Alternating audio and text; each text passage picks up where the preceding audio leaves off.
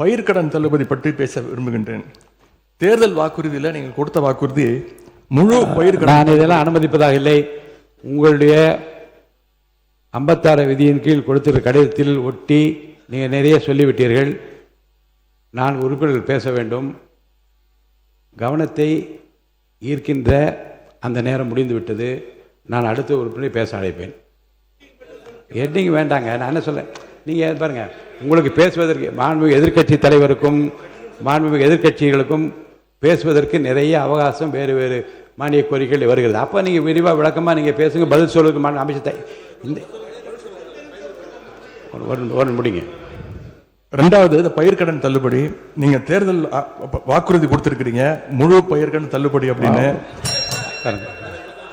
மாண்புமிகு பேரவைத் தலைவர் அவர்களே, மாண்புமிகு எதிர்க்கட்சி தலைவர்கள் கொடுக்கின்ற சிறப்பு கவன ஈர்ப்பு தீர்மானத்தில் அது இடம்பெற்றிருக்கிறதா என்பதை அறிய விரும்புகிறேன்.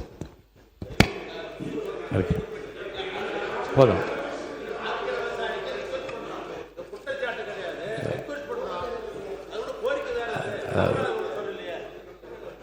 பாருங்க, கவனத்தை ஈர்க்கின்ற அந்த பிரச்சனை மாறி இது வேறு வேறு திசைகளிலே செல்லுமானால் எந்த பிரச்சனைக்காக இதை அனுமதித்தேனோ அந்த பிரச்சனை நிறைவேறாது. அருள் கூர்ந்து இதற்காக தான் நாங்கள் விவசாயிகள் போராடிட்டு இருக்கிறாங்க.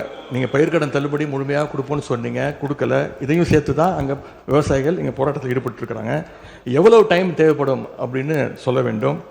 அதே மாதிரி டெல்டாவில் இருக்கக்கூடிய அனைத்து தரப்பு விவசாய சங்க பிரதிநிதிகளையும் சந்தித்து பேசுகிற மாதிரி முதலமைச்சர் அவர்கள் ஒரு கூட்டத்தை கூட்ட வேண்டும்.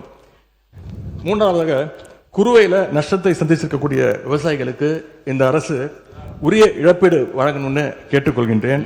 எங்களுடைய ஆட்சியில் 6.5 லட்சம் ஹெக்டேர் அளவுக்கு குறுவை சாகுபடி நடந்துச்சு.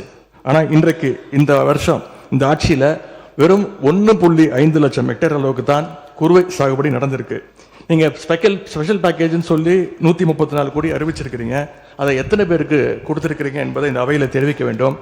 ஏதாவது கணக்கெடுப்பு நடத்தியிருக்கிறீர்களா?